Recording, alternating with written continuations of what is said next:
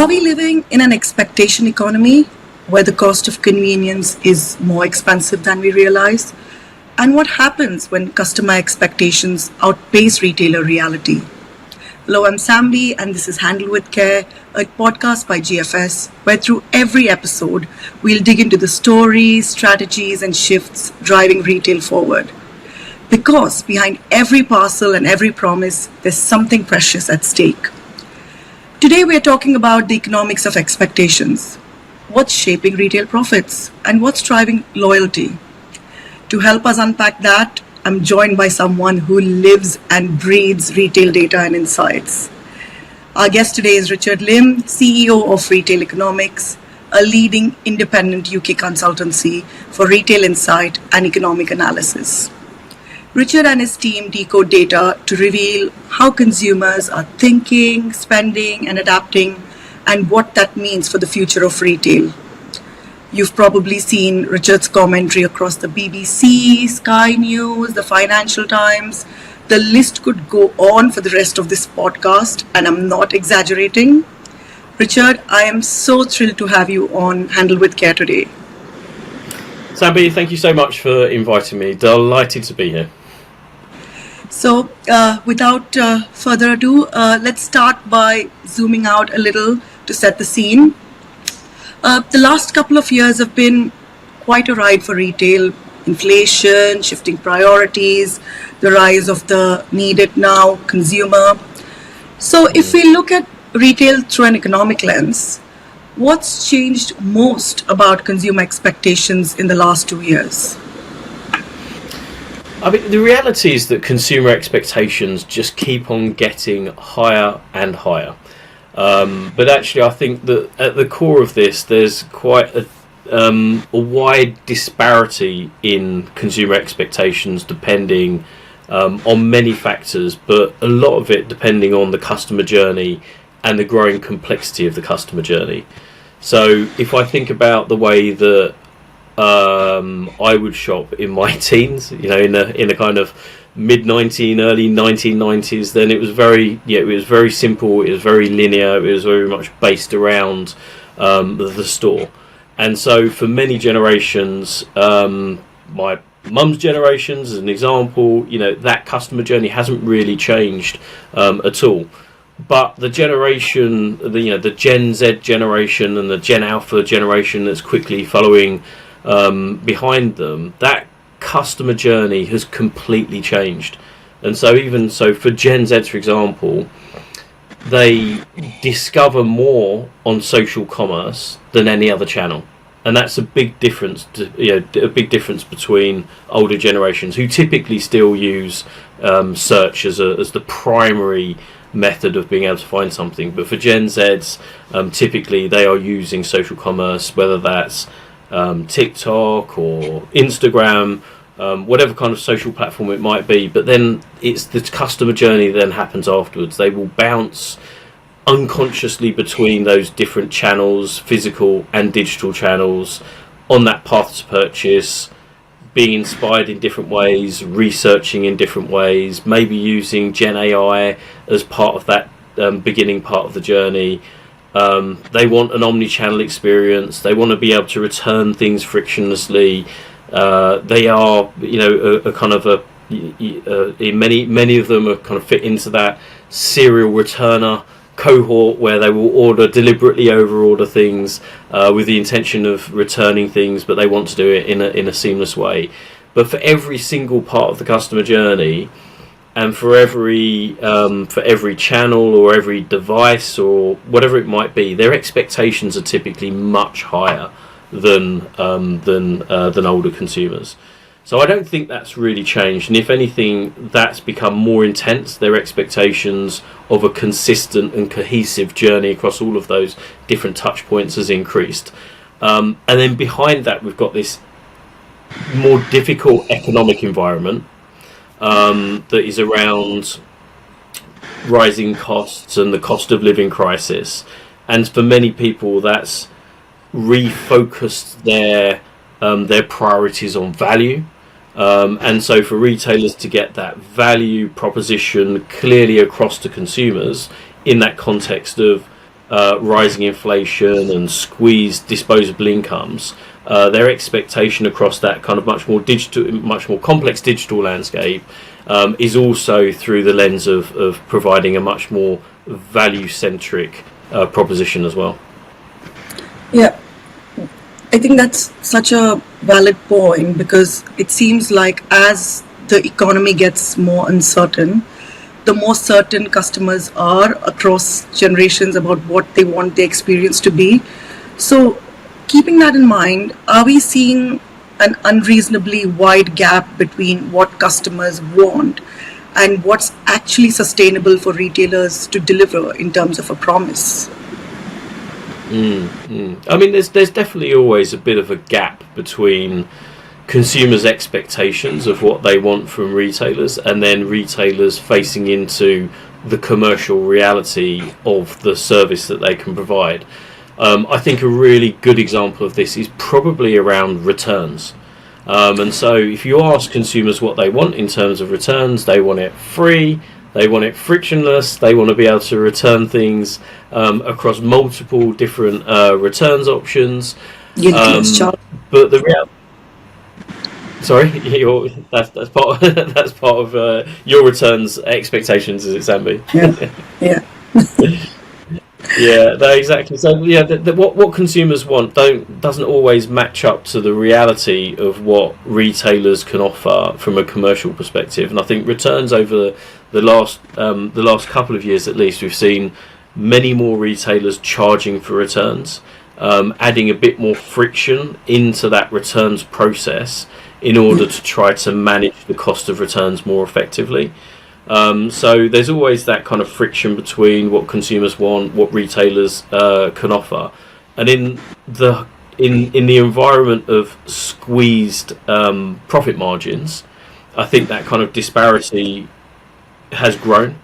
And if we think about all of the challenges that retailers have faced over the last, especially over the last year, in terms of the announcements made in the budget and the impact on labour costs and the impact that's had on their operating cost base, we've started to see those costs then manifest into kind of in many ways more friction within the customer journey as well, because they need to manage those expenses.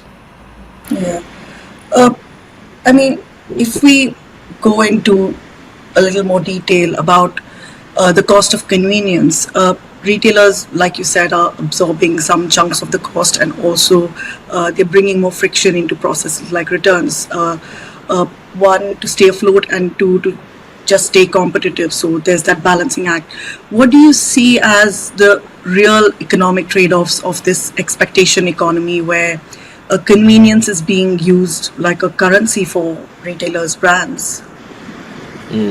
I mean, the real trade-off is trying to manage profitability with customer churn, with sales growth, and so for many retailers, it's about understanding their customer, using and putting data at the heart of that, doing much more sophisticated customer segmentation, and then trying to tailor and personalize the proposition based on who their customers are.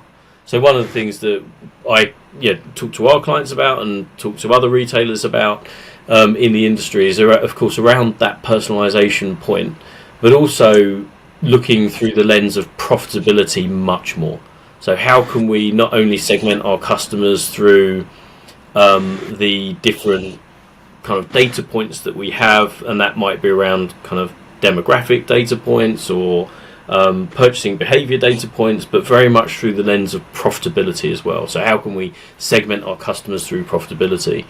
And so some of that again goes back to the return story, but providing a proposition and that balancing act between managing their expectations, managing an excellent level of managing that kind of customer experience, but also with making sure that it meets those commercial objectives that they have within their business as well. But very much kind of like tailoring a proposition and personalising that across the different parts of across the different customer base that they have.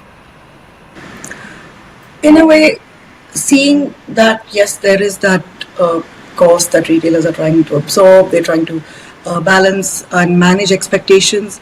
But as an industry, do you think retail has unintentionally also trained consumers to expect too much by offering too much for too little, perhaps just to stay afloat or stay competitive? Yeah, no, 100%. So, in many ways, the industry has encouraged, or again, we go back to the free delivery or free returns, but within that e-com space, many retailers have trained customers in terms of their levels of expectations, and consumers have become much more. Their expectations have risen in that area. Because they've offered sometimes in some cases unsustainable levels of customer service. So in an era of zero interest rates and an era where e-commerce just had the tailwinds of growth because it was still that growth channel, businesses could operate in a different way. And so it was almost for many businesses, and there were many kind of pure play businesses that I would say fit into this mould.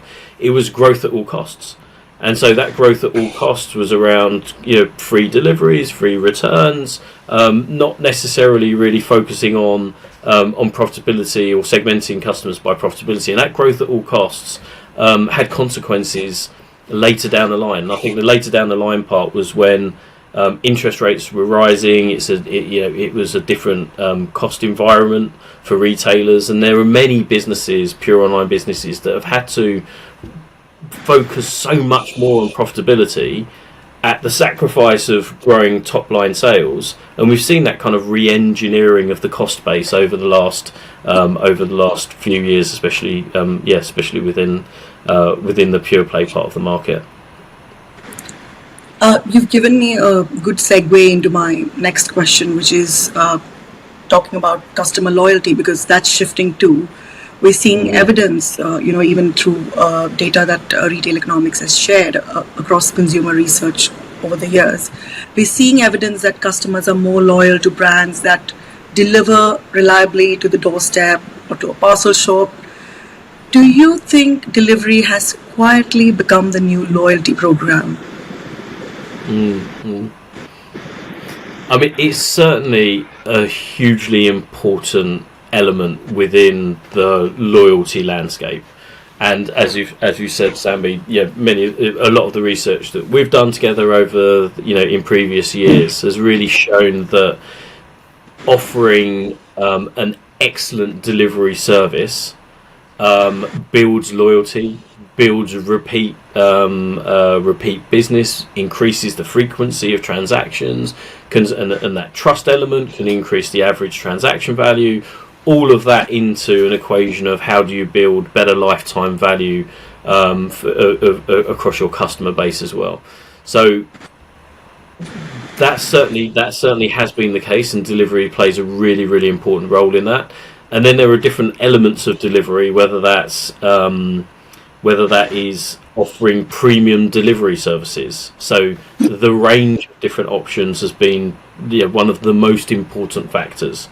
So it's not just home delivery, it's delivery, it's locker delivery, it's PUDO locations, it's drop off to wherever it might be rapid delivery. But consumers want choice. They want choice depending and flexible on what category they're shopping in, what the price point might be, what the shopper mission might be. If it's a distress delivery, if it's a distress purchase, then obviously speed is super important. If it's a gift, then actually kind of like reliability and tracking becomes much more important. If it's something that's a routine purchase, then actually it might just be around cost, and people don't want to pay a high premium for that. They're willing to wait longer for delivery. So all of those different options and cost has been a significant part of the loyalty equation for e-com businesses. I'm so glad you elaborated on that, because I think it goes to show that uh, delivery has reframed from being defined as just a cost center to evolving as becoming a part of the whole brand experience. So Hmm. I think to sum up this section of our serious chat, with all that in mind, the expectations, the economics, the loyalty factor, the costs, how can retailers find the right balance between a customer centric promise and the actual financial viability of it? Yeah, I mean, I think at the very heart of this is about knowing your customer, and it's about using data to be able to segment in different ways, and providing a different, potentially, different service proposition depending on who the customer is. And just going back to a bit about the previous point as well around choice and knowing your customer and things like that. Yeah, there's a number of things that spring to mind, but it's free delivery isn't necessarily the be all and end all. And actually, a lot of the research that we've done shows that consumers are willing to pay for delivery if they're able to kind of benefit in some kind of way. And actually, the consumers that are most willing to pay for delivery, and actually the consumers that are most willing to pay for returns as well, are often the younger consumers that shop most frequently online and spend the most online as well. So the customers that are willing to pay for delivery and returns are actually, in many cases, the highest value consumers for retail businesses. So putting data at the heart of that kind of decision making around the different proposition that you're going to offer your different customers, I think is super important. So I think there's a bit of a myth, if you like, of consumers just want free delivery and fast That's delivery. If you don't offer it, you're going to kind of like lose your customers, and I think increasingly that is the case of for free returns as well. I think there is a bit of a myth because consumers are willing to pay for it if it's priced if it's priced at the right level. Yeah, And I I think think the same as goes. a consumer, sorry. I was just going to say, I think the same goes for returns as well, and also linked to the previous point that you were asking about managing customer expectations. I think that there's customer expectations around free returns has also been reset over the last few years as well, the last couple of years in particular, because a much higher proportion of retailers are having to charge for returns. So that kind of expectation of free returns has been reset, and so consumers have accepted that, and they're more willing to pay for returns in many cases as well. Can you think of any examples of retailers that come to mind who sort of strike this balance, be it with returns or actually uh, being able to pass that cost on to customers who you think are doing it right at this point? Yeah, so I mean, so interestingly, there's only about 20% of retailers, of the largest clothing retailers, that actually offer completely free delivery and returns. So there's almost like 80. We're focusing just on clothing for the moment, but there's 80% of clothing retailers are in some way charging for delivery or returns. So that's been a significant shift over the last couple of years. And if I think about some specific examples, then I think Next is a good example of a retailer that really has this laser-like focus on profitability. They use data in a kind of in a sophisticated way, and they charge for returns. Okay, and so what we've seen is that some parts of the market will start charging for returns, and a lot of that is the kind of the middle end of the market, where returns have become more acceptable. But those that have a physical store estate are trying to use charging for returns as a way to drive footfall back in store.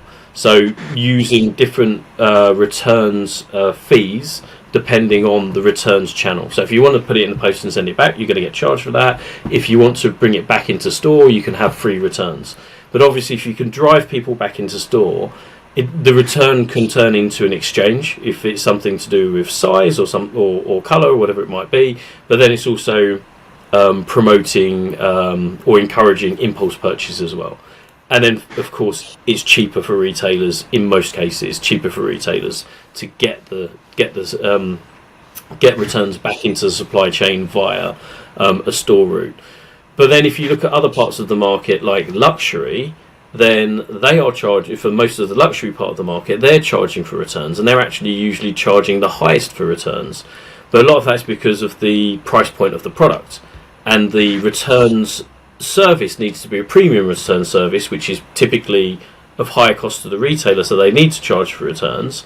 But if you're, if you need to have that kind of trust element if you're returning, a £500 handbag. So there's we're seeing fragmentation across different parts of the market depending on the willingness to pay for returns from a consumer perspective.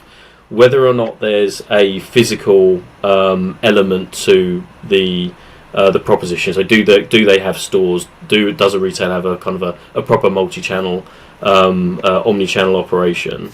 And then the part of the market in terms of price point. If it's luxury and premium, then there's kind of a slightly different attitude towards it versus kind of a discount or lower end of the market.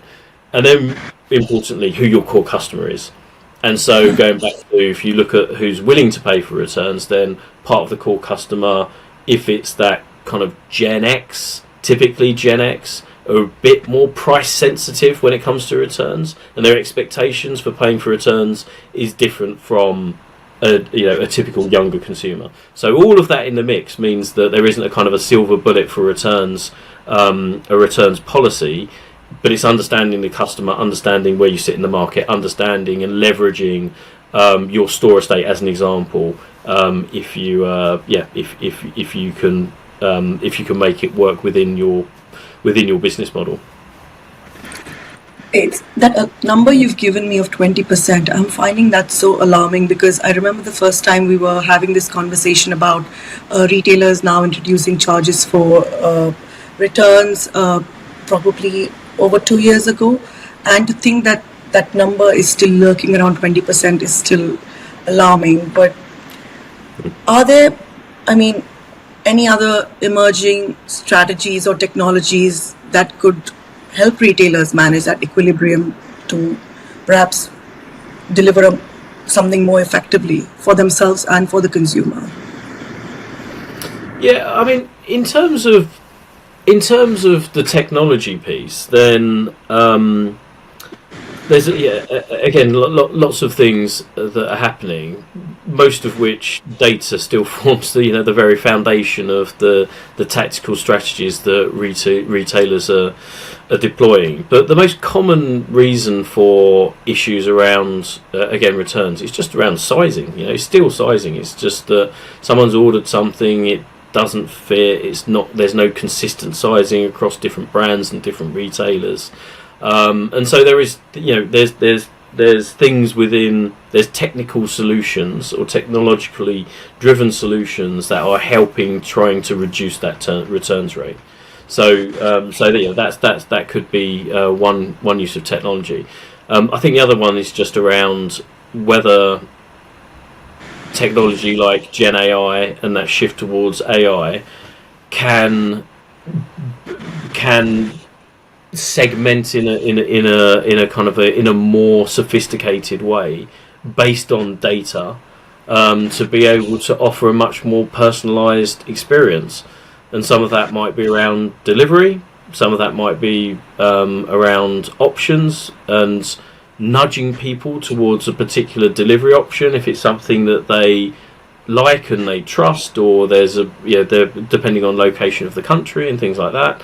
So I think that kind of utilizing data through Gen AI is going to be a really important part of personalization more generally, and then its application towards delivery, returns, personalized customer journey, I think that's going to be a really interesting area where we're going to see quite quick development as well.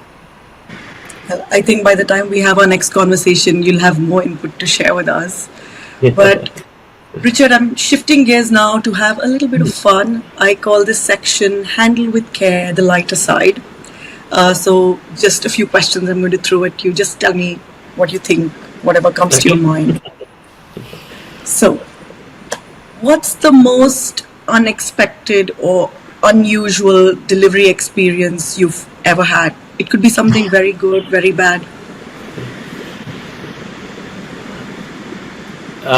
In terms of delivery, then I think there's. I mean, immediately my mind just goes to kind of like a poor delivery, and so a lot of this is just things going missing. Is probably one of the most frustrating experiences. You don't know whether it's been kind of like left on the doorstep or not. In this particular case, and this is kind of a true story, but it was just put in a bin. So it couldn't go through the front door. It wasn't left on my porch. There wasn't a delivery note, and I found it in my bin. Literally, kind of 2-3 days afterwards, as I took the rubbish out. So that was quite a frustrating one. And also, if I take it to returns as well, the most annoying one I think was when I tried to return a product, and I go onto the returns portal and it says this is not available for return. You're not allowed to return this option. It was just a piece of clothing, so it should. There's no issue around that. I had to phone up the retailer, go through the whole kind of CX journey, and as it happened, I'd bought something off of a retailer that had come from a marketplace. But from a consumer perspective, you don't really know if it's coming from a marketplace or it's coming from the retailer.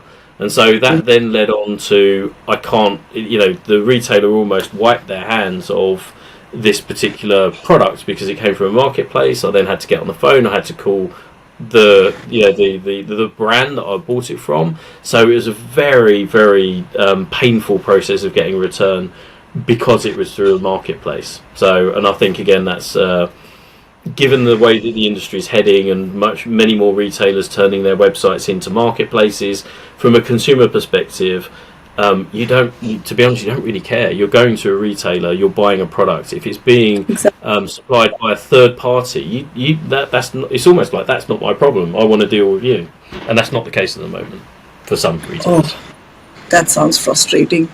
But you've given me something to bear in mind. Next time my parcel goes missing, I need to check my bin before the fox finds my parcel and have a go at it. But okay, that brings me to my next question. If you could have anything delivered to your door instantly, no cost is no limit, logistics no limit, what would that thing be? Anything. I mean, going away from maybe a brand new spanking Ferrari, then realistically, I think food is probably one of those kind of common commodity type purchases that the Lim household is a big fan of rapid delivery when it comes to grocery. So it's, 2 young kids, time poor, so actually kind of being able to get things delivered within 15 minutes for kind of like the staple groceries is something that we do quite a lot. So I quite like that option. Well, people in the grocery industry, if you're listening, please do something that can help Richard get food to the table faster when the kids are being demanding. Absolutely. Okay. A little bit about retail economics now, because you deal with serious data and forecasts day in and day out. But what's the one retail trend or consumer quirk that always puts a smile on your face and you think, oh, something's right with the world? Oh, that's a good question. I think it's sometimes the paradox of Gen Z. And so it's quite sometimes it's very difficult to almost like put your finger on the behaviours and values of this particular generational cohort. And so what makes me smile sometimes is that paradox of supposedly they're the ones that really care about sustainability in the environment, yet they are also the ones that return the most and buy the most amount from Shein or Temu, or don't really, and also buy the most amount of water from single-use plastic bottles. So it's that kind of, it's the paradox of that. And I guess connected to that is also that within our research, although we talk about generational cohorts, and we've spoken a lot about this today around Gen Zs and Gen Xs and millennials and whoever it might be, you can't just lump, 10 million consumers into one bucket and pretend that they all act in the same way. And so understanding the nuances between the different generation within a particular generational cohort, I think is really interesting from a research perspective. So we go above and beyond in terms of segmenting customers and segmenting consumers and using different types of analysis to really get into the detail of why consumers behave the way that they behave.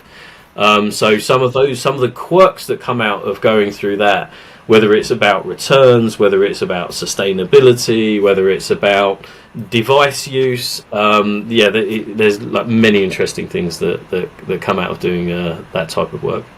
My next question is probably less light, but at GFS we love a bold prediction. So what's the one forecast you'd make about retail delivery in the next, let's not say 5 years, maybe in the next 2-3 years?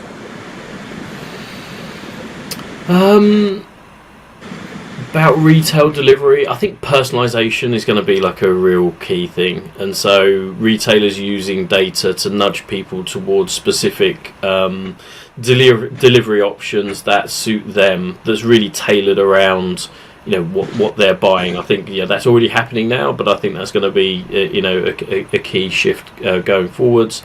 I think within the next, maybe the latter, like the latter ends of that kind of scale of 2 to 3 years, maybe a bit longer. But I think what's going to be really interesting is how Gen AI is going to impact the way that consumers shop in general. And so how are consumers going to use AI agents to do a lot of the research and discovery of products that they are looking to purchase? And that will come through to delivery as well.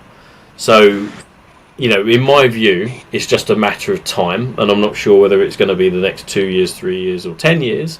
But at some point, I'm pretty confident that we'll get to a place where there will be many consumers using AI agents to do shopping on their behalf without their interaction.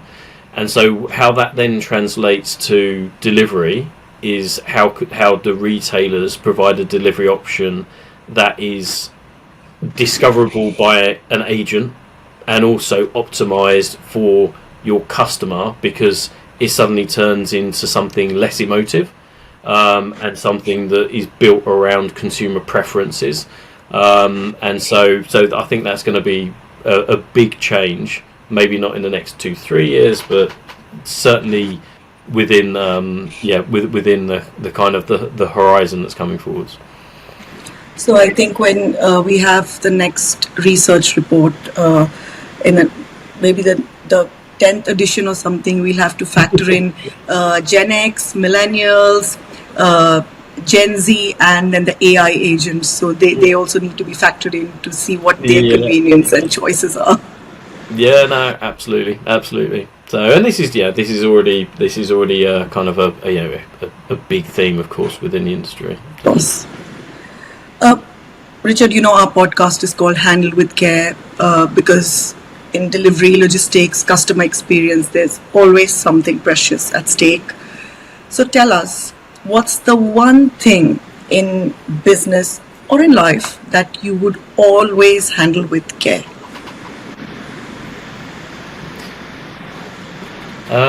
In business or life? I know if I say life, that would take our podcast to the next 2-3 episodes. But yes, let's say you pick. So relationships, I think, are things that should be precious and treasured in both the personal and professional capacity. Of course, I really value the relationships that I have with my family. I don't take them for granted, and I put time and effort into those relationships with my family and friends. But equally, from a business perspective as well, my chairman, Stephen Robertson, who Sambi you've met, ex kind of CEO of the BRC, and you previously sat on the boards of many others like Timpson's and Clipper Logistics and Hargreaves Lansdowne. Very early said to me that people buy people, not necessarily the product. And so treasuring those relationships that I have genuinely with GFS, with others in the industry, is something that I genuinely enjoy. I enjoy working in this industry. I love working in retail because it is just a people industry. And you get to meet so many people from different areas of the industry, whether it's logistics, whether it's technology, whether it's talking to retailers and all of the other services and social commerce and so many other different aspects. It's such a people industry. So I really do. I love it for that reason, and I think treasuring those relationships I think are really important as well. Absolutely, and we value our relationship with you and with Retail Economics so much. We work with your team, and I think that's why I felt so comfortable when we said Richard needs to be our first guest on Handle with Care. So, Richard, thank you so much for joining me and sharing your insights. I think every conversation with you, be it 5 minutes or 50 minutes, is always enlightening. And thank you everyone who's listening. If you enjoyed this episode, don't forget to subscribe and share it with your network. And stay tuned for more conversations that unpack the human side of delivery and the economics behind the experience. Until next time, I'm Sambi, and this is Handle with Care.